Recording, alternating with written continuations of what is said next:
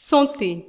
Nestlé propose la tablette en fer. En plus des produits laitiers dont Nido et Milo, qui jouissent d'un renforcement certain en fer, le groupe Nestlé a décidé d'ajouter à cette liste tous les bouillons de sa marque Maggi.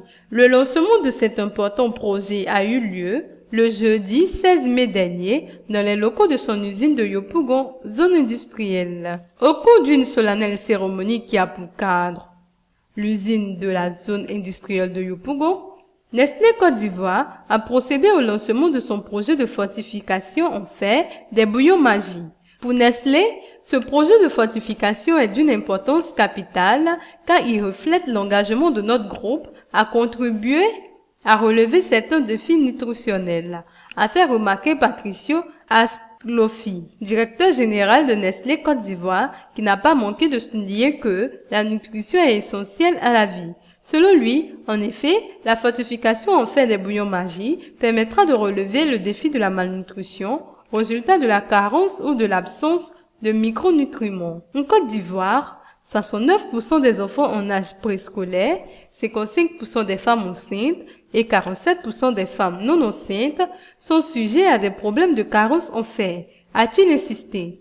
Toutes choses qui, bien entendu, fondent le choix du groupe suisse qui est axé sur le modèle d'amélioration de la qualité de vie de ses consommateurs en proposant des aliments et des besoins plus sains et savoureux qui permettent à ceux-ci de bénéficier de plus de bien-être pour le même goût au même prix. Est-il besoin de rappeler que le projet de fortification en fer de Maggi résulte de l'engagement du groupe à contribuer à relever certains défis nutritionnels dans le monde? Il s'agit notamment de faire progresser la science pour résoudre les problèmes nutritionnels mondiaux et de contribuer à satisfaire les besoins nutritionnels des populations. Le choix du groupe sur la tablette est d'autant judicieux que, selon Patricio Astlofi, la tablette Maggi demeure le bouillon culinaire le plus vendu en Côte d'Ivoire. À ce titre, il reste donc le meilleur vecteur pour contribuer à aider les populations les plus vulnérables dans la lutte contre les carences en fer. D'autant plus que, chez le leader de l'industrie alimentaire, la prospérité dépend des communautés qu'il sert et au sein desquelles il exerce et dont la bonne santé demeure sans souci.